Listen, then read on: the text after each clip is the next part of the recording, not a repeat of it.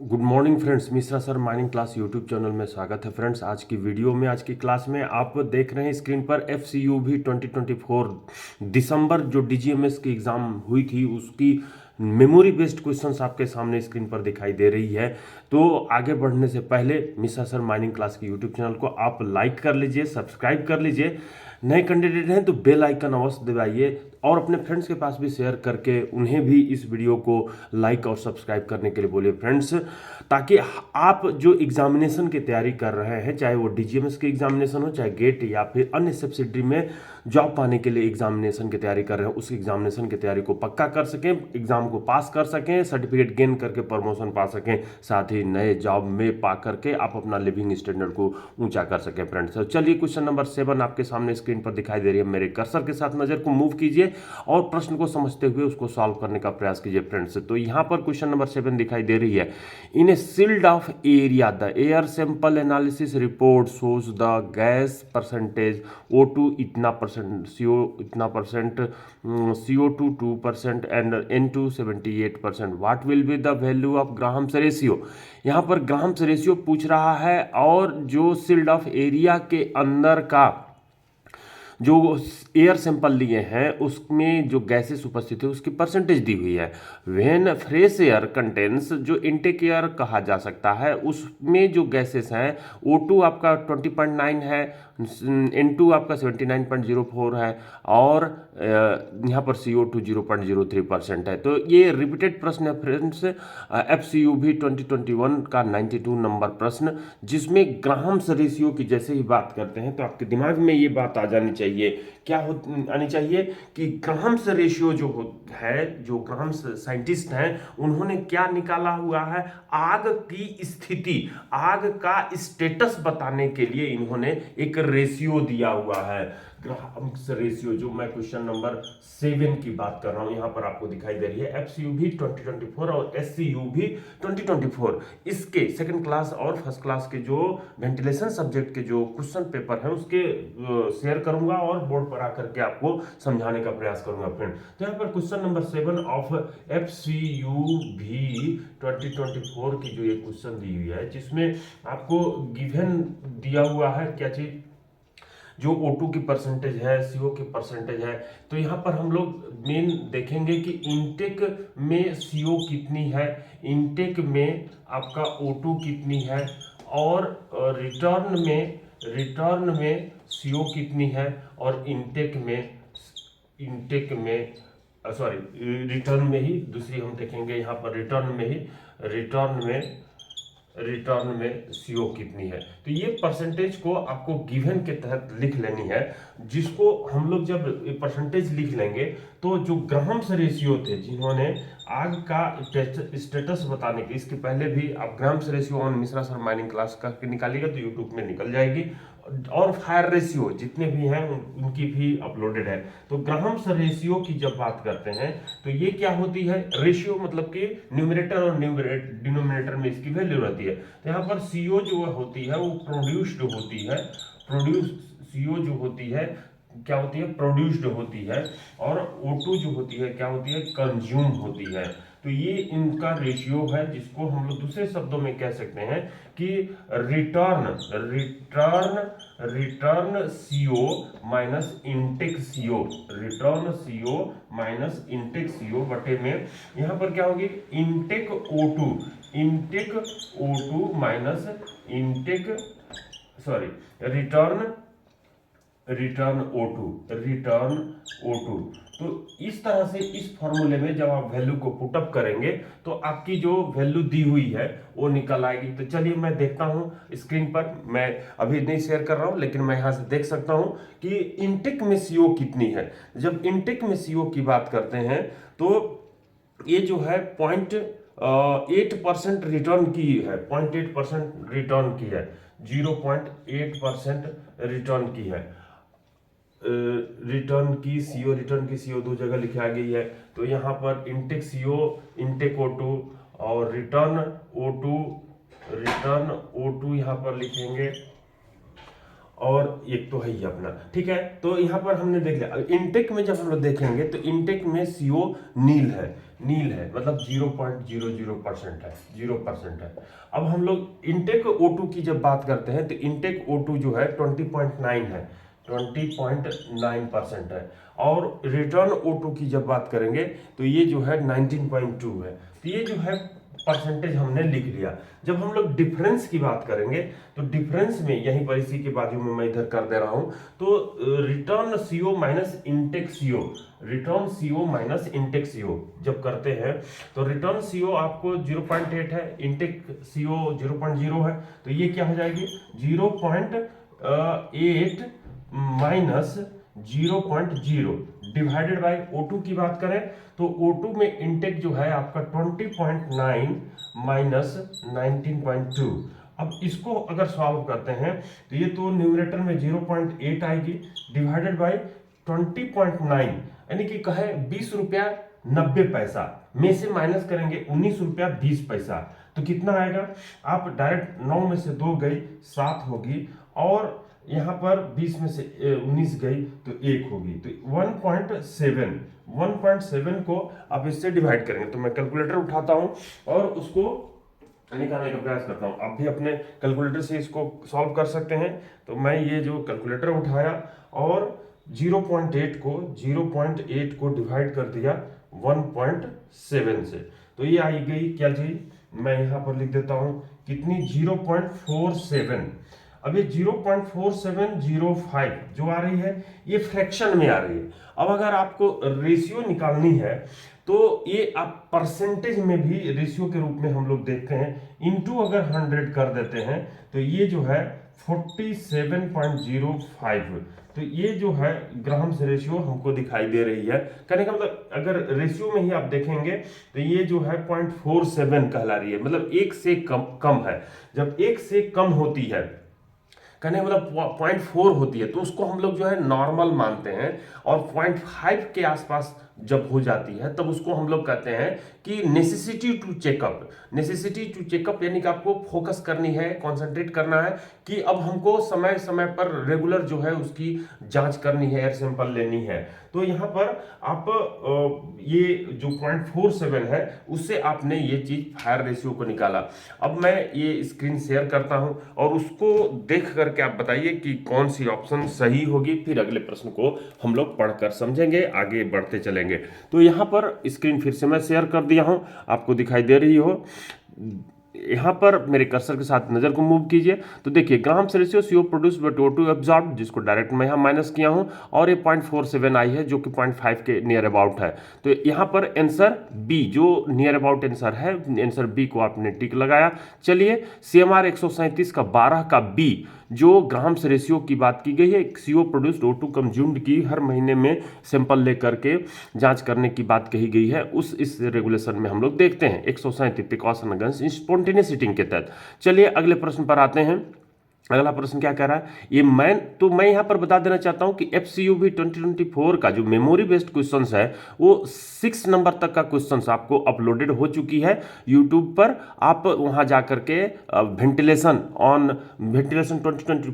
2024 DGMS exam on मिसा sir mining class का के सर्च कर सकते हैं। तो 8 नंबर पर आते हैं। ये man when doing hard work in confined space breathes 60.9 into 10 to the power minus 3 cubic meter of air per minute, he consume 2.5 into 10 to the power minus 3 cubic meter oxygen and produces 2.4 into 10 to the power minus 3 cubic meter of carbon dioxide per minute।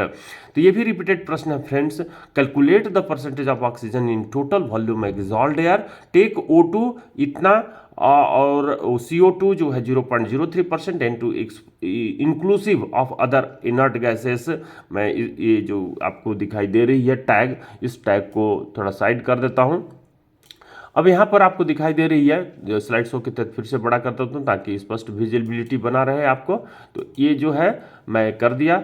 तो यहाँ पर calculate the percent of oxygen in total volume of exhaled air, ये O2 को लेने के लिए कह रहा है 20.95%, CO2 0.03%, N2 inclusive of other inert gases 79.02% in an air sample.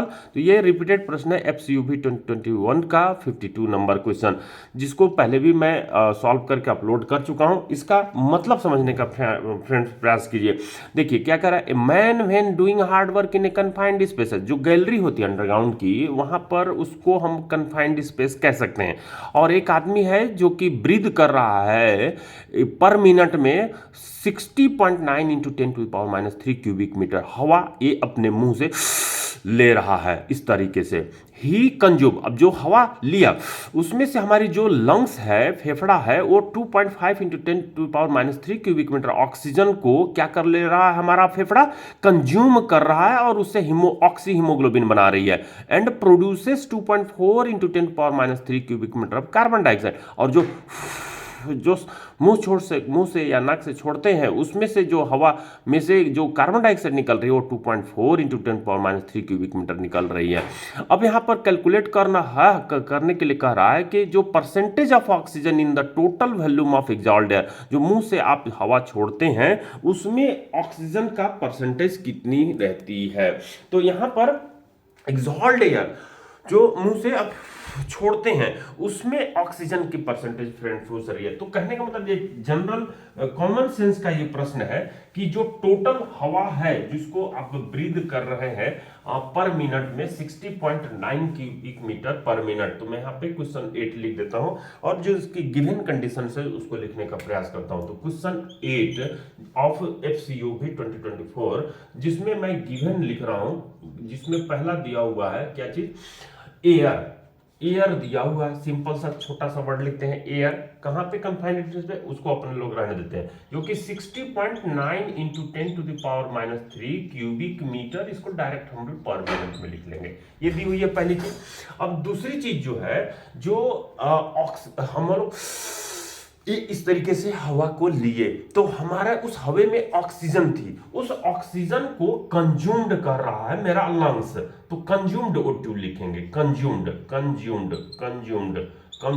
O2 लिखेंगे, जो कि कितनी दी हुई है, 2.5 दी हुई है। मैं थोड़ा सा और नजर उस पर डाल लेता हूं ताकि क्लियर और हो जाए वहां पर। तो O2 जो है 2.5 इंटू 10⁻³ 2.5 इंटू 10⁻³ क्यूबिक मीटर ये दी हुई है, क्यूबिक मीटर। चलिए मैं ये लिख लिया।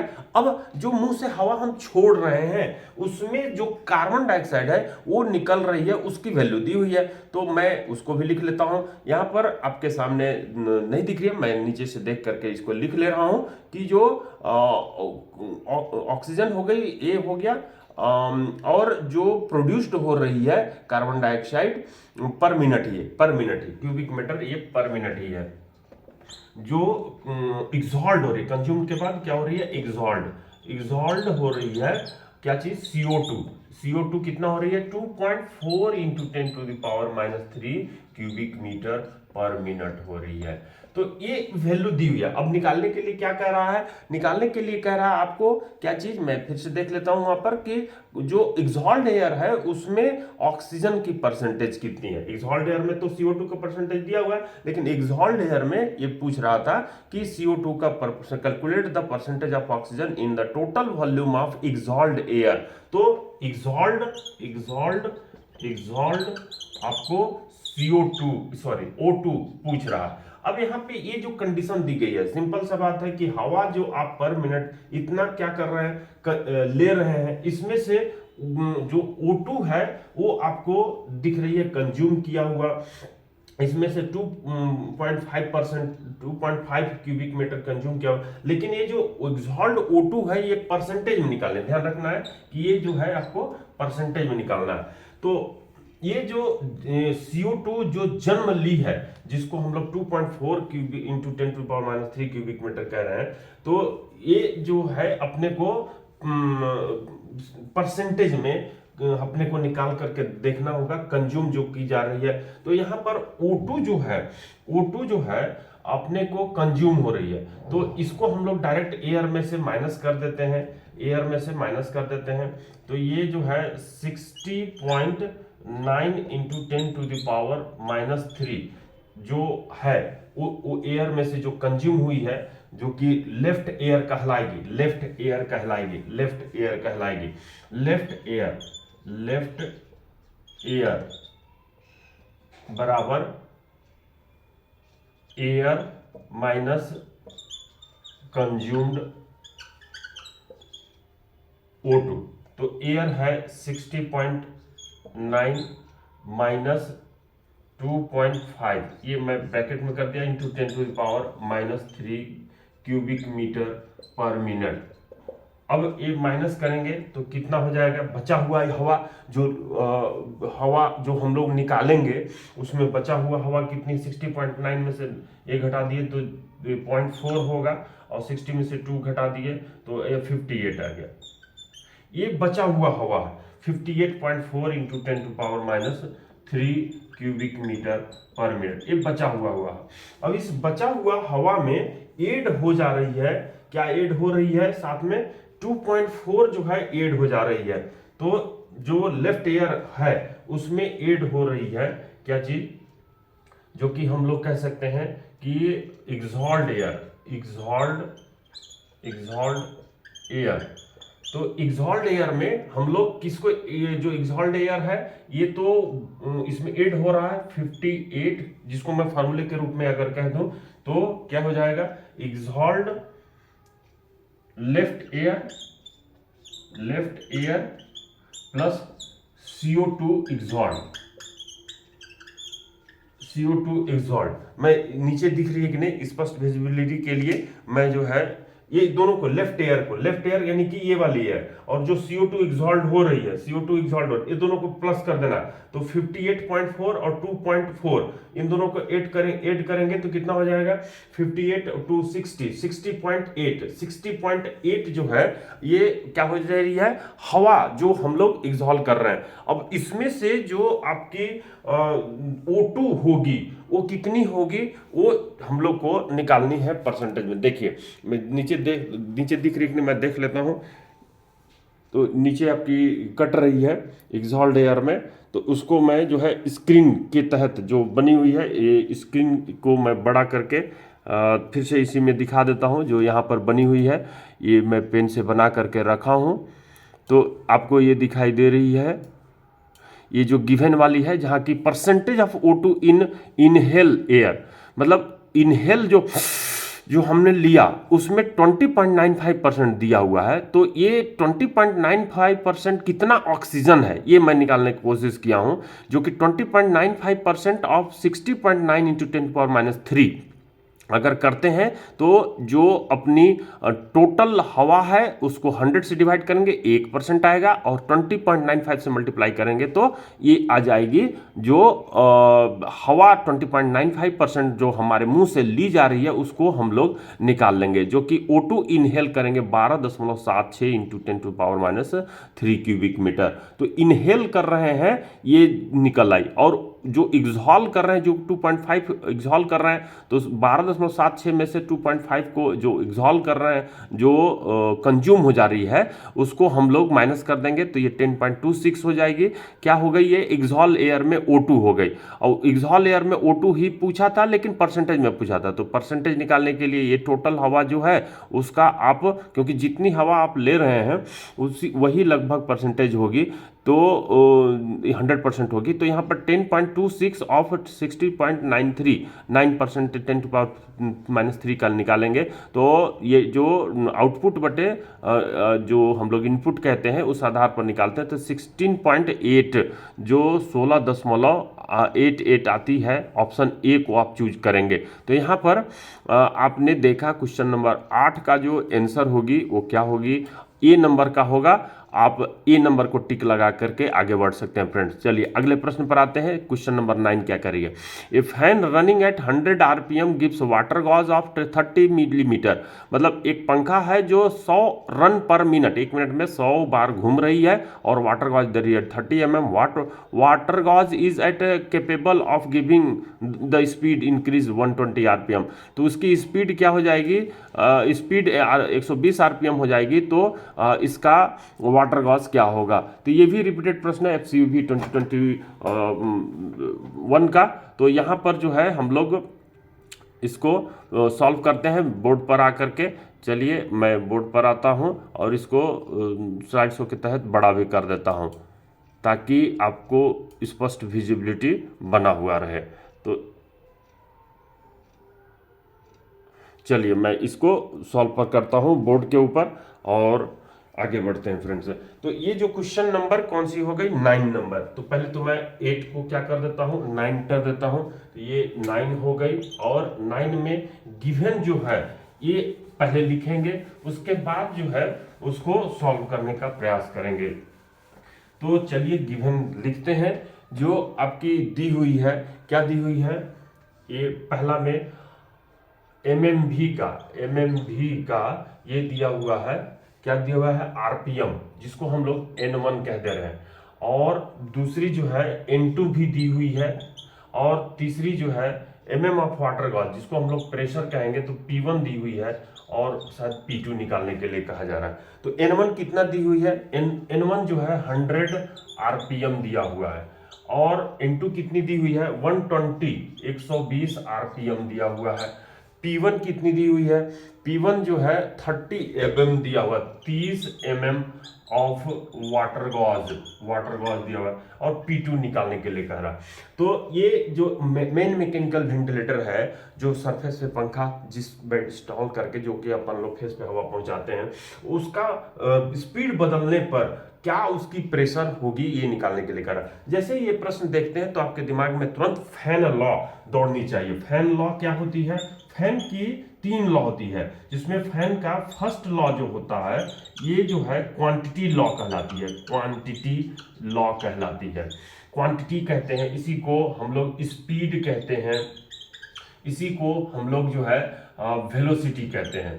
तो ये जो है फर्स्ट लॉ कहलाती है, जो कि डायरेक्टली प्रोपोर्शनल लॉ भी कहलाती है, जो कि कहते हैं क्या चीज, डायरेक्टली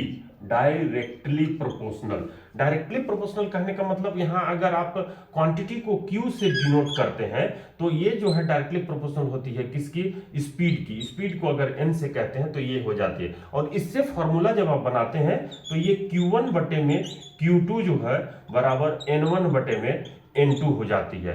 तो ये जो है आपने पहला फार्मूला बना लिया, कौन सा, फर्स्ट लॉ के तहत। अब हम लोग बात करेंगे फैन सेकेंड लॉ की। तो फैन सेकेंड लॉ में जो ये क्वांटिटी होती है, ये क्वांटिटी की जगह पर ये क्या हो जाती है, ये प्रेशर हो जाती है। प्रेशर लॉ कहते हैं इसको, प्रेशर लॉ कहते हैं।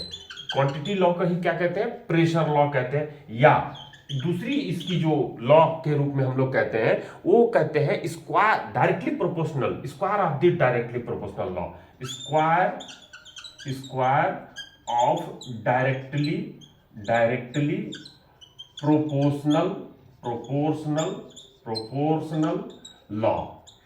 तो ये जो इसको हम लोग फैन का सेकंड लॉ कहते हैं। Fan second law pressure law कहलाती है या square of directly proportional law कहते हैं। तो जैसे ही आप कहते हैं प्रेशर लॉ या सेकंड लॉ फैन की, तो यहां पर प्रेशर जो होती है P से डिनोट करते हैं। मैं ये डार्कनेस के लिए मैं इस पेन में स्याही डाल लेता हूं ताकि आपको स्पष्ट विजिबिलिटी बना रहे और आप अपने तैयारी को मिश्रा सर माइनिंग क्लास की जो सीरीज है, वीडियो की सीरीज है, उसको देख करके आप अपना एग्जामिनेशन को पक्का कर सकें और पास करके दिखा सकें फ्रेंड्स। तो चलिए मैं थोड़ा स्याही डाल लेता हूं इसमें।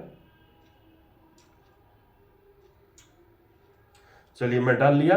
तो यहां पर जो है आपको सेकेंड लॉ, फैन की सेकेंड लॉ मैं बता रहा हूं, फैन की सेकेंड लॉ। तो फैन की सेकेंड लॉ के तहत यहां पर कॉन्टैक्ट नंबर भी दी हुई है मिश्रा सर माइनिंग क्लास की 9308063015 क्लासेस के लिए कांटेक्ट भी कर सकते हैं। तो यहाँ पर प्रेशर लॉ जो होती है, जो कि मैं P से डिनोट कर रहा हूं, तो P जो है डायरेक्टली प्रोपोर्शनल, लेकिन किसका, स्क्वायर का। और स्क्वायर का जिसमें हम लोग जो है किसके स्क्वायर कहेंगे, Q का स्क्वायर कहेंगे। तो Q का स्क्वायर अगर कहते हैं तो ये P1 बटे में P2 बराबर Q1 बटे में Q2 का होल स्क्वायर ये हो जाता है। तो इस सेकंड लॉ के नियम से ये भी बनती है, साथ ही ये भी बन जाती है P1 बटे P2 बराबर N1 का स्क्वायर बटे N2 का स्क्वायर। तो N1 का, इसको हम लोग ये भी कह सकते हैं और कह के कहेंगे तो P जो होगी डायरेक्टली प्रोपोर्शनल होगी N स्क्वायर का। इस आधार पर P1 बटे में P2 बराबर N1 बटे में N2 का होल स्क्वायर। तो इससे भी बनती है, और इसको दूसरे तीसरे फॉर्मूले के रूप में हम लोग जो है P directly proportional V square भी कहते हैं। तो उसके P1 बटे में P2 बराबर V1 स्क्वायर बटे में V2 स्क्वायर, उससे भी बनती है। लेकिन ये सभी सेकेंड लॉ कहलाते हैं। अब हम लोग थर्ड लॉ की बात करेंगे। तो थर्ड लॉ में ये जो यहां पर मैं सेकंड लिखा हूं, इसको मैं थर्ड कर दे रहा हूं। तो थर्ड लॉ में ये प्रेशर लॉ नहीं कहलाती है, क्या कहलाती है? पावर लॉ कहलाती है। POWER, पावर लॉ कहलाती है। और पावर लॉ में स्क्वायर नहीं होता, क्या होता है? क्यूब होता है। क्यूब लॉ भी बोलते हैं इसको। कौन सा लॉ बोलते हैं? Cube law. तो क्यूब मतलब कि पावर में 3। अब यहां पर ये जो आपको स्मॉल p के रूप में अगर आप इसको दर्शा रहे हैं, तो जो आपकी पावर लॉ होती है वो क्या हो जाती है? ये हो जाएगी P, कैपिटल P मानना है, P डायरेक्टली प्रोपोर्शनल क्या चीज? Q cube. और Q क्यूब के तहत जो है P1 बटे में P2 पावर 1 बटे में पावर 2 बराबर Q1 का क्यूब या Q1 बटे में Q2 का होल क्यूब। अब यहां पर जब स्पीड की बात करते हैं तो स्पीड में जो माथे पर 2 लिखा हुआ है ये क्या हो जाएगा? 3 हो जाएगा। लेकिन ये प्रेशर नहीं समझना है, पावर समझना है। ध्यान रखेंगे फ्रेंड्स, पावर समझेंगे तो ये पावर में 3 हो जाएगा।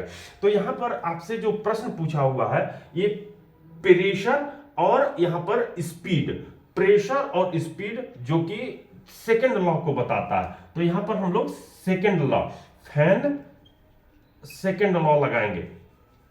सेकंड लॉ जो कि प्रेशर लॉ कहलाएगा। तो ये प्रेशर लॉ हम लोग, ये जो प्रेशर लॉ देख रहे हैं जिसमें कि हमारे बगल में ये फॉर्मूला लिखी हुई है, लेकिन ये पावर में क्या हो जाएगा? 2 हो जाएगा। अब इसके तहत ये जो है 2 अगर हो जाता है तो इसके तहत आप ये सॉल्व करेंगे, ये डबल एरो मार्क से समझिए इसको। अब P1 जो है दी हुई है 30 बटे में P2 आपको निकालना है बराबर N1 दिया हुआ है 100 N2 दिया हुआ है 120। बस वैल्यू को रख दीजिए, इसके माथे पर स्क्वायर चढ़ा दीजिए। ये 0 से 0 कट जाएगी और इधर जो है 5 से काट 2 से काट दे रहे हैं तो 2 पंचे 10, 2 छक्का 12, 5 बटे 6। अब क्रॉस मल्टीप्लाई करने से पहले इसको स्क्वायर कर लीजिए ना तो गलती हो जाता है। 5 पच्चे 25 हो जाएगा और ये 6 छंके 36 हो जाएगा। तो ये 30 बटे जो P2 हो रही है इसमें अब क्रॉस मल्टीप्लाई करके P2 का वैल्यू को निकाल लीजिए। तो P2 का वैल्यू फार्मूला मैं मिटा देता हूं और हम लोग आते हैं इसके सॉल्यूशन पर जो आगे बढ़ेगी। तो P2 25 P2 हो जाता है, 25 P2 क्रॉस मल्टीप्लाई करने पर 25 P2 हो जाता है और ये इक्वल्स टू में 30 इंटू 36 हो जाती है। तो ये बराबर में 30 इंटू 36 हो जाएगी। जब अगले बार की बात करेंगे, अगले लाइन की, मैं यहाँ पर लिखे बिना जब अगले लाइन की बात करता हूँ तो P2 बराबर जब हो जाएगी तो ये 25 यहाँ आ जाती है, 25 यहाँ आ जाती है। तो डायरेक्ट आप जो है इसको अगर काटना चाहे तो 5 पच्चे 25, 5 छक्का 30 होता है, 6 छक्के 36 हो जाती है और 6 तिया 18 और 3 21, 216 बटे में 5 हो जाता है। अब इसको अगर भाग देंगे तो 5 चौको 20, 5 तिया 15 और 1 5 दूनी 10, 43.2 mm ऑफ वाटर गॉज हो जाता है।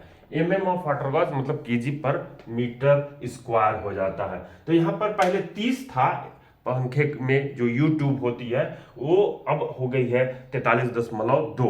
अब मैं शेयर करता हूं और उसमें आप देखिए कि क्या ऑप्शन है, कौन सा वो जो है बैठेगा, सुटेबल होगा।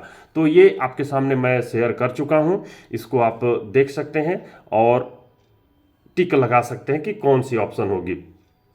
तो ऑप्शन जो है यहाँ पर मेरे कर्सर में दिख रही होगी कि 36 mm है और 38 है, 43.2 है। तो कहने मतलब आप सी नंबर को टिक लगाएंगे। यहाँ पर जो बोर्ड में मैं बताया हूँ ये इसकी सॉल्यूशन यहाँ पर छिपी हुई है, तो इसको भी देख करके आप सॉल्व कर सकते हैं। तो ये मैं टैग को हटा दिया तो ये भी जो है आंसर सी आप कर सकते हैं। अब यहाँ पर अगली प्रश्न जो दिख रही है, मैं फिर से स्लाइड शो के तहत जो है बड़ा कर देता हूँ। ये मैं बड़ा कर दिया। देखिए क्वेश्चन नंबर 10 क्या करिए। ये 10% increase in cross sectional area of the roadway will reduce the resistance approximately. तो यहाँ पर 10% इंक्रीज की जा रही है क्रॉस सेक्शनल एरिया को, मतलब जो गैलरी है, रास्ता है, जो आपकी अंडरग्राउंड की गैलरी है, उसमें आप 10% इंक्रीज कर रहे हैं। अब 10% इंक्रीज कर रहे हैं तो पहले तो कुछ होगी ना, क्या होगी? अगर उस एरिया को A1 जो पहले थी उसको A1 से डिनोट कर रहे हैं, बाद में जो कर रहे हैं उसको A2 से डिनोट कर रहे हैं। ये क्वेश्चन नंबर हम लोग किसकी चर्चा कर रहे हैं? 10 की चर्चा कर रहे हैं। तो क्वेश्चन 10 ऑफ FCUV 2024 की बात कर रहे हैं, जिसमें हमारा गिवन दिया हुआ है। क्या दिया हुआ है? पहले एरिया जो A1 थी उसको मान लेते हैं A है, 1 यूनिट है। अब बाद में जो एरिया हुई है A2, इसमें A में आप प्लस कर दे रहे हैं 10% of A। Clear? 10% of A, मतलब A जो है आपको 100% है, उसमें 10% ऑफ A जो है बढ़ा दे रहे हैं। तो ये जो हो जाती है, क्या हो जाती है? ये जो है आपको 1A है, उसको मान सकते हैं 1A है। और 1A का जब आप 10% निकालते हैं तो यहां पर ये क्या हो जाती है? ये 0.1 A हो जाएगी, और दोनों को जोड़ेंगे तो क्या हो जाएगी? 1.1 A। कहने का मतलब कि जो पहले एरिया थी उसमें बढ़ोतरी आपने कर दिया है 1.1 गुना। तो ये पहला कंडीशन है। अब इस समय जो A1 जब A था, देन वहां पर दिया हुआ है कि जो रेजिस्टेंस R1 थी वो R रहेगी। ये हम लोग एज्यूम कर लेते हैं कि जब क्रॉस सेक्शनल एरिया, रास्ते की गैलरी A थी, तब उस समय रेजिस्टेंस जो है R थी। R1 को हम लोग ले रहे हैं R। अब यहां पर हम लोग का रेजिस्टेंस R2 क्या होगा, बाद का रेजिस्टेंस क्या होगा, ये पूछा है प्रश्न में। जो मैं पढ़ा उसको मैं यहां पर कॉपी कर दिया हूं एज ए गिवन के रूप में। अब यहां पर एरिया और रेजिस्टेंस के बीच में रिलेशन आपको ढूंढनी है। पढ़ने के साथ ही आपके दिमाग में दौड़ने लगी, लेकिन एरिया और रेजिस्टेंस के बीच में रिलेशन ढूंढनी है तो तुरंत आपके दिमाग में आना चाहिए फ्रॉम एल्किंस्टन फॉर्मूला। एल्किंस्टन क्या कहते हैं? एल्किंस्टन फॉर्मूला क्या कहते हैं? एल्किंस्टन बाबा ये जो है कहे हुए हैं कि P बराबर KSQ² बटे में AQ। अब इसमें आपको दिखाई दे रही है कि ये जो चीज होती है इसको हम लोग क्या कहते हैं? रेजिस्टेंस कहते हैं। तो P बराबर RQ² में आपको R जो होती है वो क्या हो जाती है? R बराबर यहां दिखाई दे रही है KS बटे में AQ। ये R जो है KS बटे में AQ दिखाई दे रही है। अब हमको ये भी डायरेक्ट ही याद करना है ताकि एग्जामिनेशन में ये सब लिखने की जरूरत नहीं पड़े। अभी समझने के लिए आप जरूर समझिए, लिख लिख के समझिए, लेकिन R की जो वैल्यू है यहाँ पर KS बटे AQ कहते हैं। तो यहाँ पर देखिए R और AQ, R और रेजिस्टेंस और A के बीच में रिलेशन कैसी है? तो इसको, इस रेजिस्टेंस को आप देखेंगे तो R डायरेक्टली प्रोपोर्शनल, ये बराबर का सिंबल डायरेक्टली प्रोपोर्शनल बदल रहा है। और अगर K और S जो कि कोएफिशिएंट ऑफ फ्रिक्शन और रबिंग सरफेस होते हैं, ये कांस्टेंट हो जाए तो 1 हो जाएगा और AQ। कहने का मतलब यहां पर R और एरिया के बीच में कैसी रिलेशन है? The resistance of roadway is inversely proportional to the cube of the cross sectional area of roadway. Resistance of roadway is inversely proportional to the cube of area. ये शब्दों में आप याद रखिए, लिख सकते हैं। और मैं फिर से रिपीट कर रहा हूं, रिकॉर्ड भी हो रही है, आप नीचे लिख भी रही है स्क्रीन के नीचे। क्या?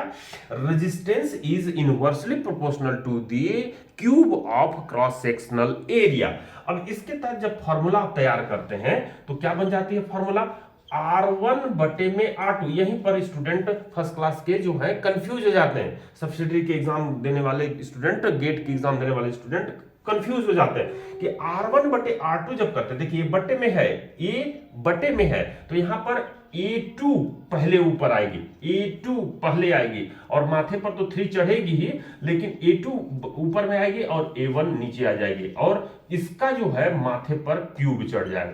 तो इस तरीके से ये फॉर्मूला आपको प्रश्न के दौरान जनरेट करनी है। अब आप यहां पर R1 जो देख रहे हैं वैल्यू कितनी है, R1 R है तो R लिख दीजिए, R2 कितनी है जो निकालनी है R2 कर दीजिए, बराबर A2 की वैल्यू कितनी दी हुई है 1.1 दी हुई है तो 1.1 A लिख दीजिए, बटे में A1 कितनी है, A1 आपका A है, यहां से ले लेते हैं A1 A है। तो अब आप इसको क्रॉस मल्टीप्लाई करके निकालेंगे, जो कि आप क्रॉस मल्टीप्लाई करेंगे तो ध्यान रखेंगे कि आपको A2 निकालना है, R2 निकालना है। तो यहां पर A से A तो कट जा रहा है। अब R2 बराबर जब कहते हैं तो 1.1 R2 होती है बराबर R एकम R, इसको एक कहेंगे R कहेंगे। तो जब R2 बराबर कहते हैं तो क्या हो जाता है R बटे में 1.1, R बटे में 1.1। अब यहां पर जो ऑप्शन दी हुई है उसमें परसेंटेज में दिया हुआ है, जितनी भी दी हुई है परसेंटेज में दिया हुआ है। तो जब आप परसेंटेज की बात करते हैं तो उसको निकालेंगे परसेंटेज में माइनस करके। तो यहां पर जो है ये R2 जो है पहले के अपेक्षा कितनी हो गई है 1.1%। पहले जो रेजिस्टेंस थी, रेजिस्टेंस यहाँ पे डिक्रीज हो गई है, क्या हो गई है डिक्रीज हो गई है। अब यहाँ पर 1 को मैं कैलकुलेटर उठा रहा हूं और 1.1 से डिवाइड कर रहा हूं। ये मैं कैलकुलेटर उठाया, 1 को डिवाइड किया 1.1 से तो 0.9 आ रही है। R2 जो है 0.90, पहले क्या सापेक्ष जो है वो 0.9 हो गई है। तो जब हम लोग नया R2 की बात करेंगे तो ये 100 में से आप जब 0.9 को अगर परसेंटेज में निकाल लेना चाह रहे थे 90% हो रहा है, तो यहाँ पर जो है 100% में से 99% को आप अगर घटाते हैं तो क्या आता है 10%। तो 10% यहाँ पर रेजिस्टेंस जो है क्या हो जा रही है 10% के नियर अबाउट आ रही है। अब यहाँ पे जो स्क्रीन में मैं शेयर कर रहा हूँ ऑप्शन में जो दी हुई है उसके तहत आप उसको निकालने का प्रयास कीजिए। देखिए ऑप्शन ए ही जो है आपको 11% दिया है, तो इस तरह से आप 10% के लगभग जो निकाले हैं, अगर एग्जैक्ट जो डेसिमल थी उसके आधार पर निकालते तो 10 पॉइंट समथिंग आता, आप उसको निकाल सकते थे। तो यहाँ पर देखिए जो आंसर बी दी हुई है। अब आंसर बी जो है, अच्छा सॉरी, देखिए मैं बोर्ड पर क्या किया, वही गलती कर दिया कि 1.1 का क्यूब नहीं किया, 1.1 का क्यूब नहीं किया, तो इतना तो ये आंसर गलत हो जाएगी। अब यहाँ पर 1.1 का क्यूब करना था, 1.1 का क्यूब करेंगे तो 1.331 आएगी और 1 से फिर डिवाइड करेंगे तो 0.75 आएगी और उसको 100 से या 1 से माइनस करेंगे तो आपको 0.24 आएगी। तो 0.24 नियर अबाउट किसके आंसर के नजदीक है, बी के आंसर है, तो B answer is the right answer. ठीक है, तो यहाँ पर क्यूब करना आप नहीं भूलिएगा, उसको लिख लिख के करेंगे तो क्यूब जो है नहीं भूलेगी, तो उसको क्यूब मैं बोर्ड पर करना भूल गया था, ध्यान रखिएगा 1.1 का यहाँ क्यूब करनी थी। तो चलिए आप बी नंबर के आंसर टिक लगा चुके हैं, स्क्रीन मैं टैग हटा दिया हूं मिश्रा सर का माइनिंग क्लास का टैग, और आप जो है उसको आंसर बी टिक लगाएंगे, ए नहीं टिक लगाएंगे। चलिए आते हैं नेक्स्ट प्रश्न पर। अब यहाँ पर ये थ्योरी प्रश्न है, क्या कह रहा है, fire fighting plan prepared by. तो फायर फाइटिंग प्लान जो होती है, जो रेगुलेशन 140 में बताई गई है कि जब आग लग जाती है तो उस के लिए लोग अपने आप एक्टिव हो करके ऐसे इमरजेंसी के समय अपना योगदान दे सकें और उसके में फंसे लोगों को निकाल सकें, आग को कंट्रोल कर सकें। तो इसके लिए जो प्लान तैयार की जाती है, वो प्लान कहने का मतलब कि यहाँ पर नक्शा नहीं बात की जा रही है, उसमें जो ड्यूटी एंड रिस्पॉन्सिबिलिटी सभी की पर्सन का लिखी रहती है। तो फायर फाइटिंग प्लान में दिखाई तो जाती है कि कहाँ कहाँ पर जो आग बुझाने के सामान और इक्विपमेंट रखे हैं उसको दिखाई जाती है, नी फायर स्टेशन को दिखाई जाती है। देखिए कौन तैयार करता है, प्रश्न पूछा है। Option A owner, B agent, C manager, D any of the above, E RIM। तो यहाँ पर आंसर डी आपको दिखाई दे रही है, मतलब any of the above, owner, agent, manager कोई भी तैयार कर सकते हैं। जब हम लोग बात करते हैं 140 रेगुलेशन की, तो उसमें जो है organisation for fire fighting, CMR 140 की बात करते हैं, तो ऑर्गेनाइजेशन फॉर फायर फाइटिंग में लिखा हुआ है, पढ़ते हैं इसको। क्या कह रहा है, द ऑनर, एजेंट और manager of every mine shall establish a proper organisation for fire fighting in the mine by installing the fire station at surface and also on every main haulage roadway below ground at suitable place in the intake airway near the main shaft with adequate fire fighting equipment kept in every such fire station। तो ये जो पहला number का sub regulation 140 का कहा है, जिसमें कि जो ऑनर, एजेंट, मैनेजर में से कोई भी होंगे वो प्रत्येक मान के क्या करेंगे, ऑर्गेनाइजेशन, एक सही जो है ऑर्गेनाइजेशन स्थापित करेंगे फायर फाइटिंग के लिए माइन में, और उसके लिए फायर फाइटिंग जो ऑर्गेनाइजेशन तैयार करेंगे जिसमें इंस्टॉलिंग रहेगा क्या चीज़ का, फायर स्टेशन स्थापित करेंगे, सरफेस पर करेंगे, मेन हॉलेज जो है प्रत्येक मेन हॉलेज में करेंगे, सुटेबल प्लेस पर अंडरग्राउंड में, इंटेक रोडवे में होगी, मेन शाफ्ट के नज़दीक होगी, और उसमें फायर फाइटिंग के इक्विपमेंट पर्याप्त मात्रा में रखे हुए रहेंगे फायर स्टेशन पे। तो ये आपने 1 नंबर देख लिया।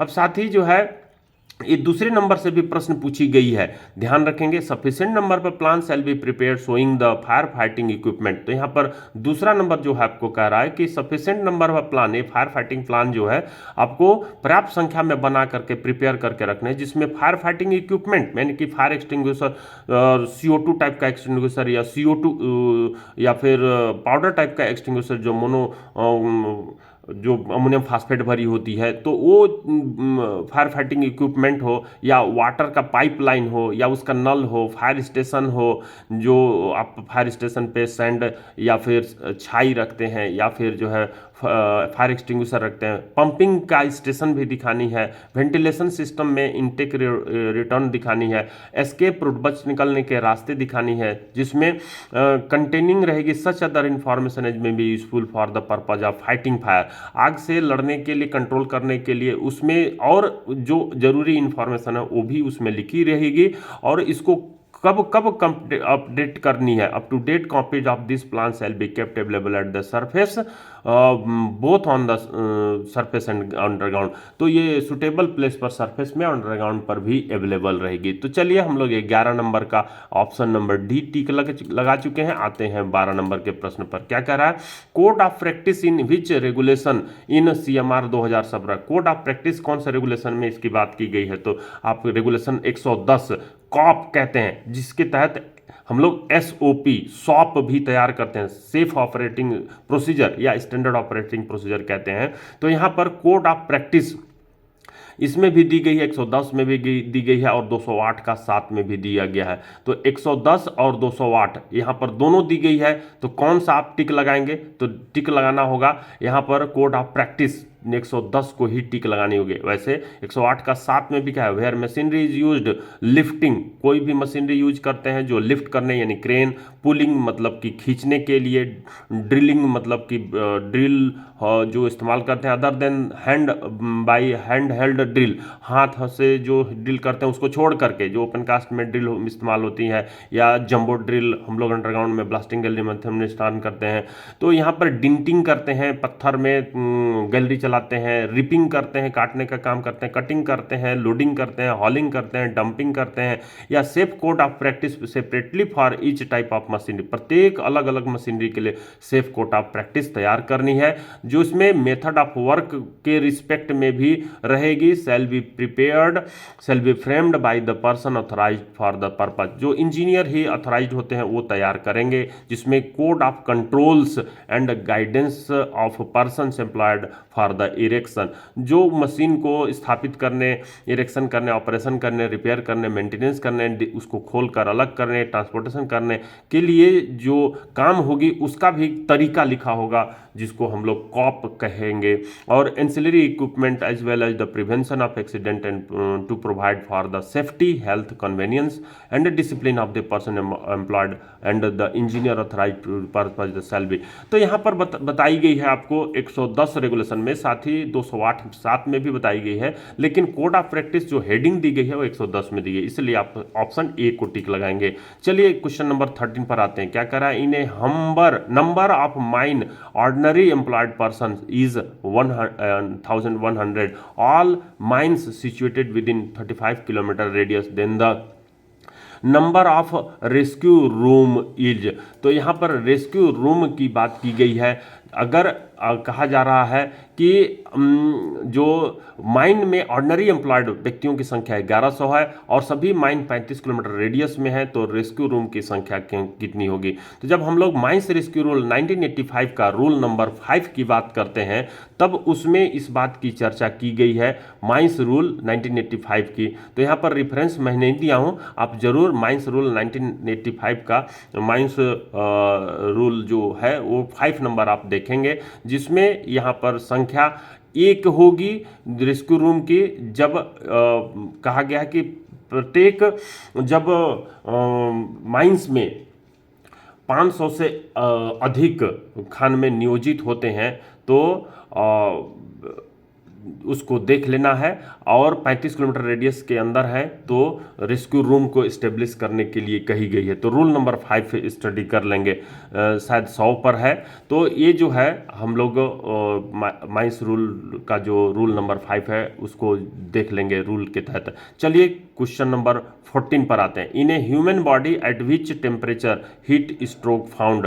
तो जो हीट स्ट्रोक होती है वो ह्यूमन बॉडी में कब उत्पन्न होता है, ये नीचे में टेम्परेचर दिया हुआ है, और उस टेम्परेचर को ऑप्शन के तहत जो है देख करके हम लोग डिसाइड करेंगे कि वो कौन सी होगी जिसमें कि ये हीट स्ट्रोक होती है। तो यहाँ पर मैं देख लिया हूँ जो appointment of rescue tent person, ये फ्रेश एयर बेस जो रेस्क्यू रूम की बात की गई है, तो इसको मैं देखकर अभी बता देता हूँ। ये मैं माइंस रूल हाथ में ले लिया हूँ, और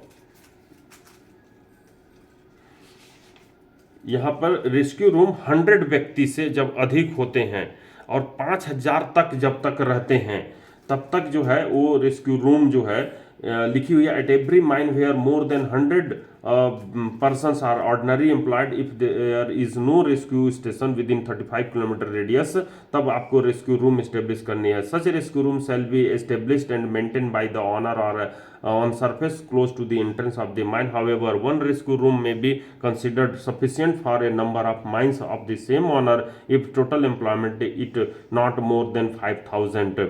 तो अगर टोटल एम्प्लॉयमेंट जो है वो 5000 से अधिक नहीं है, तो उस रेस्क्यू रूम को आप एक रख करके कई मानसों के लिए भी व्यवहार आप कर सकते हैं, तो इसलिए 1 नंबर आपको देनी है। चलिए, तो मैं यहाँ पे बात कर रहा था क्वेश्चन नंबर 14 की, मैं देखकर उसको बता दिया हूँ रेफरेंस के साथ। तो in a human body at which temperature heat stroke found.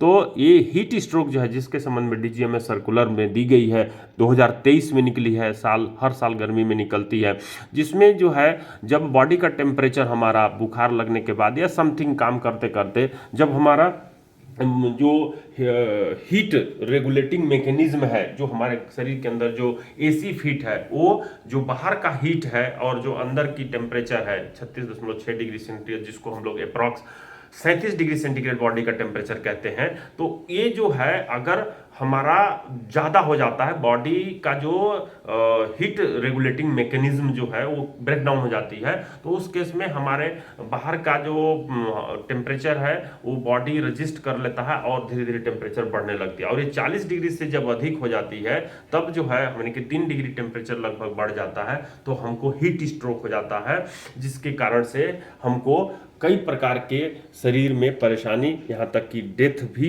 होने की संभावना रहती है।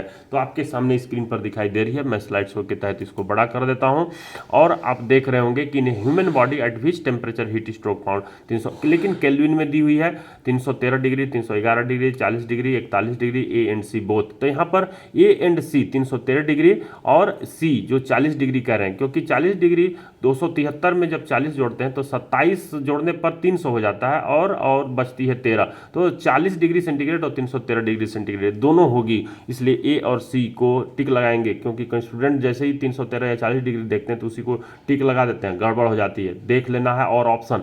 चलिए यहाँ पर एक पिक्चर दिख रही है जिसमें हीट एग्जॉशन, हीट स्ट्रोक दोनों कंपैरिजन किया गया है। हीट स्ट्रोक में प्रश्न पूछी गई है कि हेडेक, थ्रोविंग और हेडेक लगने लगती है, स्वीटिंग नहीं होती है, जबकि हीट एग्जॉशन में स्वीटिंग होती है, पसीना निकलता है। Body temperature above 103 degree, red hot dry skin. तो बॉडी टेम्परेचर जो है हीट स्ट्रोक में 103 लिखा है, लेकिन हम लोग उसको क्या मानेंगे, यहाँ पर जो है फ़ारेनहाइट में दी हुई है, तो इसलिए हम लोग इसको 103 जो कि फ़ारेनहाइट में दी हुई है, हम लोग 98 मानते हैं, 99 मानते हैं, तो 99 में 4 डिग्री सेंटीग्रेड लगभग बढ़ी है। नौसिया और वोमिटिंग, उल्टी होने लगती है, नशा छाने लगता है। रैपिड स्ट्रोक, पल्स जो होगी आपकी बढ़ जाएगी, स्ट्रांग हो जाएगा आपका पल्स। मेक लॉस कॉन्शियसनेस, आप जो है बेहोश भी हो जाएंगे। तो चलिए आप आंसर टिक लगा चुके हैं 14 नंबर का, क्या चीज, ई नंबर। आगे आते हैं, मैं इंटर से पहुंच गया आगे नंबर पर। यहाँ 15 नंबर में कही गई, identify the correct statement with regard to the action to be taken when a person is suffering from heat stroke. Heat stroke से जब कोई व्यक्ति सफर करता है तो ये जो स्टेटमेंट 1 दिया, the patient suffering from heat stroke should be provided with cotton cloth to wear and let down. क्या किसी व्यक्ति को हीट स्ट्रोक होता है, गर्मी से परेशान है, तो उसका कपड़ा खोल करके आप सूती का कपड़ा पहनाने जाएंगे? नहीं, इसलिए स्टेटमेंट को आपको कंसिडर नहीं करना है करेक्ट स्टेटमेंट में। 2 नंबर देखिए, the patient suffering from heat stroke should be stripped naked and let down. हाँ, उसके शरीर के तापमान को घटाना है, उसके शरीर से कपड़े को उतारिए, इसलिए इसको आपको राइट टिक करनी होगी। Cold water should be poured over the body accompanied by vigorous fanning, उनके शरीर पर, माथे पर ठंडा पानी डालिए, बर्फ डालिए और साथ में सामने पंखा चलाइए, ताकि उनको बॉडी का टेम्परेचर जो बढ़ गई है वो घटाया जा सके, डेथ होने से बचाया जा सके। तो 2 नंबर को भी आप करेक्ट कहेंगे। The hair should be cropped, मतलब जो बाल है उसको क्रॉप्ड, शॉर्ट करनी है, छोटा करना है। सही कह रहा है, बाल रहने से शरीर जो माथे का टेम्परेचर है वो घटता नहीं है, माथे में टेम्परेचर पर होने पर कई लोग डेथ कर गए हैं। तो इस तरह से बाल को छांट करके उसमें माथे पर आइस का बैग, मतलब गमछी में या रुमाल में आप क्या आइस का, बर्फ का थैला बना करके माथे पर लगाने से टेम्परेचर जल्दी टिल डाउन हो जाती है। और ये काम कब तक करना है, जब तक 312 लिखी हुई है, 313 भी होती है, जब तक वो 312 डिग्री केल्विन के नीचे नहीं आ जाता है।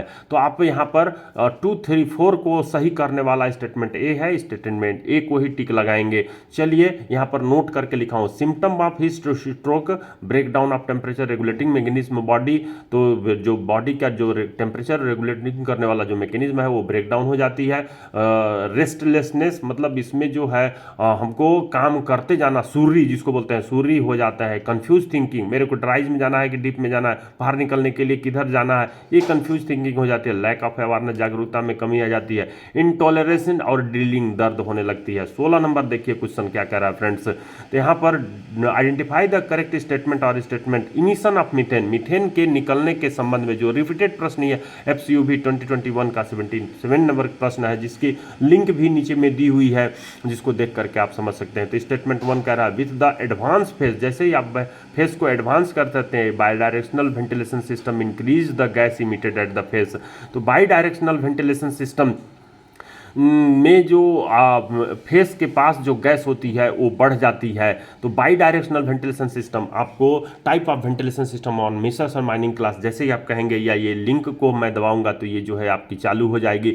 और साथ ही आप इस क्वेश्चन के अलावा और भी जो वेंटिलेशन के सिस्टम है उसमें आप देख सकते हैं। With the advancing face by directional ventilation system in reduces the gas emitted eight the face, तो कि इसका जस्ट अपोजिट लाइन कह रहा है। तीसरा कह रहा है, with the advancing face boundary ventilation system causes a loss low gas concentration at the return end of the face. तो फेस के रिटर्न इंड पर गैस का कॉन्सेंट्रेशन लो हो जाता है। तो ये बाउंड्री वेंटिलेशन सिस्टम जिसमें टॉप में आप राइज मोस्ट शाफ्ट को जो है आप रिटर्न और डिप मोस्ट शाफ्ट को जो है इनटेक कहते हैं, तब उसको आप बाउंड्री कहते हैं, और उसी को जो है आप स्टेटमेंट 4 देखिए विथ रिट्रीटिंग फेज, मतलब कि जब आप डिप्लेनिंग करते हैं या फिर लॉन्ग वाल से रिट्रीटिंग मेथड अपनाते हुए वापस आते हैं तो bidirectional system cause a less gas emission at the face compare to the unidirectional system. Unidirectional system की अपेक्षा इसमें कम गैस निकलती है जब रिट्रीटिंग करते हैं।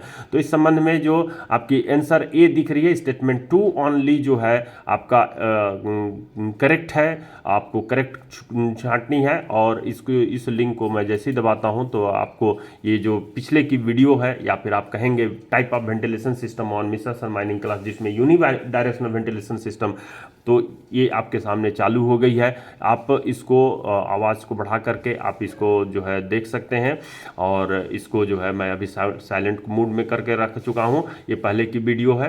तो ये जितने भी वेंटिलेशन सिस्टम है ऊपर में आप देख लें system type of ventilation system their advantage disadvantage, तो यहाँ पर आपको दिखाई दे रही है essential ventilation system, descensional ventilation, homotropal, antitropal, unidirectional और पेरिफेरल और boundary ventilation, multi zonal ventilation system, bidirectional ventilation system. तो इसको मैं इस जैसे ही आप बोलेंगे type of ventilation system on Mishra sir mining class तो आपको निकल जाएगी। सभी वेंटिलेशन सिस्टम को उस लिंक के तहत मैं समझाने का प्रयास किया हूं।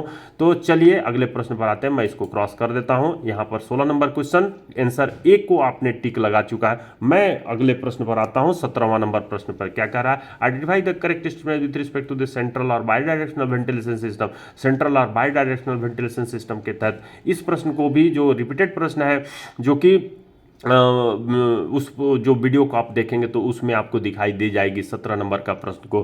चलिए तो मैं ये सेंट्रल जो कि शाफ्ट जो माइन बाउंड्री होती है उसके सेंटर में जो आपने आप बैठाते हैं क्या चीज़ शाफ्ट, और उसका एक इंटेक होता है एक रिटर्न होता है, तो उसमें ये प्रश्न आप उस वीडियो में मिल जाएगी। यहाँ पर आपको स्क्रीन में दिखाई दे रही है मेरे नोट्स का, मेरे जो लिखी हुई है उसके पेरिफेरल की प्रॉपर्टी दिखाई दे रही है। तो हम लोग आते हैं क्वेश्चन नंबर 18 पर, मैच द फॉलोइंग, जो कि एफसीयूवी 2021 का रिपीटेड 65 नंबर का क्वेश्चन है, जिसमें manometric efficiency, hydraulic efficiency, impeller efficiency, overall efficiency, ये 4 ऑप्शन दी हुई है, 4 वर्टिकल एक तरफ दिया हुआ है 1 2 3 4 करके ratio of actual total head to the theoretical head, ratio of available total head to the input head, air power बटे मोटर पावर। तो यहाँ पर जैसे ही आप कहेंगे तो इसकी सभी जितनी भी दिखाई दे रही है ओवरऑल इफिशियंसी की क्या होती है, एयर पावर बटे इनपुट मोटर पावर, मतलब मोटर में जो इनपुट का पावर होती है उसको आप डिवाइड करते हैं एयर पावर से, तो ओवरऑल एफिशिएंसी होती है। तो overall efficiency air power to the input motor power, input motor power जो है air power to the input motor power, यहाँ पर आपको 3 को लगाते हैं, डी का 3 लगाते हैं। इंपेलर एफिशिएंसी की बात करते हैं तो एयर पावर ही रहेगी न्यूमरेटर में, लेकिन यहाँ पर क्या हो जाती है मोटर शाफ्ट पावर, मोटर का जो शाफ्ट होता है वहाँ पर जो पावर मिलती है उसको हम लोग जो है इंपेलर एफिशिएंसी कहते हैं। तो मोटर का जो शाफ्ट पावर E4 नंबर है तो सी का आप 4 टिक लगाएंगे, 4 करेंगे तो C4 यहाँ पर डायरेक्ट आंसर के रूप में दी हुई है। हाइड्रोलिक एफिशिएंसी जो है वो अवेलेबल टोटल हेड बटे इनपुट हेड होता है, तो अवेलेबल टोटल हेड बटे इनपुट हेड, नहीं कि 2 नंबर हाइड्रोलिक का बी का 2 ही आप करेंगे, बी का 2 ही किया हुआ है। मैनोमेट्रिक एफिशिएंसी की बात जब करते हैं तो एक्चुअल टोटल हेड बटे थ्योरेटिकल हेड होता है। साथ ही डीजे देशमुख साहब की कट पेस्ट दी हुई है, यहाँ पर पंखे का जो है डायग्राम दिया हुआ है जिसको हम लोग क्लास में डिस्कस करेंगे फ्रेंड्स। तो यहाँ पर आपके सामने दिखाई दे रही है, मैं फिर से आ जाता हूँ उसी प्रश्न के ऊपर जहाँ पर हम लोग चर्चा कर रहे थे। तो ये जो है आप पंखे के कंपोनेंट जो कि एमएमवी का पहले से वीडियो डली हुई है, एमएमवी का main mechanical ventilator on Mishra sir mining class कहते हैं, तो वहाँ पर ये जो है निकल के आ जाती है और उसके तहत आप इसको ऐड कर सकते हैं कि इंपेलर क्या होता है, श्राउड्स क्या होता है, बैक प्लेट फ्रंट प्लेट क्या होती है, और ये जो मैनोमेट्रिक एफिशिएंसी दी है या इफेक्टिव डिफ्रेशन क्या है जो कि एक्चुअल डेवलप्ड फैन होती है। तो ये आप अपने डीजे देशमुख साहब की जो बुक है 2.33 पेज से वहाँ से भी आप इसको देख सकते हैं। चलिए अगले आते हैं 19 नंबर का question, identify the correct statement regarding the Reynolds number. तो Reynolds number on Mishra sir mining class जैसे ही कहेंगे तो ये भी जो है कहीं किसी क्वेश्चंस में ये आंसर ए दी हुई है, लेकिन मैं यहाँ पर बी आंसर दे रहा हूँ कि स्टेटमेंट 1 और 3 ही जो है करेक्ट है, जिसमें कि correct statement as the Reynolds number increase beyond a certain critical limit. तो सर्टेन क्रिटिकल लिमिट से जब अधिक हो जाता है तो ये टर्बुलेंट फ्लो जो है भी अनस्टेबल हो जाती है। ये स्टेटमेंट सही है। उसी तरह से स्टेटमेंट 2 जो है, it has been physically possible to the maintained laminar flow at as a high Reynolds number 40,000 by having thoroughly undistributed flow. तो यहाँ पर जो है आपकी ये स्टेटमेंट रॉन्ग हो जाती है। At high Reynolds number the viscous resistance of a deformation becomes less important comparison to the inertial resistance to the acceleration which function of the fluid density. तो यहाँ पर जो रेनॉल्ड्स नंबर है जिसकी आप नेचर ऑफ फ्लो जानते हैं आप और उसके आधार पर जो है तय करते हैं कि 2000 से कम है तो वो जो है लेमिनार होती है, और उस संबंध में वीडियो अपलोडेड है, तो वहाँ देख करके आप आंसर बी को टिक लगाइए। और जब भी ज़रूरत हो तो Mishra Reynolds number on Mishra sir mining class कह करके तो उस पर जो है आपको सभी टॉपिक जो है मिल जाएंगे। यहाँ पर देखिए find the Reynolds number and nature of flow given data diameter, इसको मैं छोटा कर देता हूँ, नीचे ले आता हूँ तो स्लाइड शो के तहत इसको बड़ा कर देता हूँ और साथ में इसको रीड करके इसका हम लोग समझने का प्रयास करते हैं, आंसर को देने का प्रयास करते हैं। Find the Reynolds number and nature of flow given data diameter of smooth lined airway 2 metre है, average velocity of air 0.01 metre per second है, काइनेमेटिक विस्कोसिटी 0.40 के बाद 16 स्क्वायर मीटर पर सेकेंड है। तो इसकी भी वीडियो अपलोडेड है क्योंकि ये भी रिपीटेड प्रश्न है FCUV 2024 के अंतर्गत 20 नंबर के अंतर्गत मेमोरी बेस्ड क्वेश्चन में डाला हूं, लेकिन 68 नंबर FCUV 2021 का है। तो इस तरह से 20 का जो क्वेश्चन है या 21 का जो क्वेश्चन है या उसके आगे की क्वेश्चन है आप स्टडी करेंगे। अगले वीडियो में 20 तक का क्वेश्चन को हम लोग जो 20 नंबर के क्वेश्चन है उसको सॉल्व करके मेरे कमेंट्स बॉक्स में कमेंट्स दीजिए और कितनी आंसर आ रही है उसको बताइए। साथ ही अगर इस वीडियो को आप लाइक नहीं कीजिए तो लाइक कर लीजिए, अपने फ्रेंड्स के पास भी शेयर करके उनको भी सब्सक्राइब और लाइक करने के लिए बेल आइकन दबाने के लिए बोलिए फ्रेंड्स। और हर वीडियो ताकि हर वीडियो का नोटिफिकेशन आपको मिलता रहे, आप अपने एग्जामिनेशन की तैयारी को उस वीडियो की सीरीज को देख करके पक्का कर सकें, सर्टिफिकेट गेन करके प्रमोशन पा सकें और अपने डिफरेंट जॉब में डिफरेंट सब्सिडी में जॉब पाना चाहते हैं तो वहां जाकर के जॉब पा सकें, लिविंग स्टैंडर्ड को ऊंचा कर सकें। फ्रेंड्स थैंक यू, अगले वीडियो में फिर से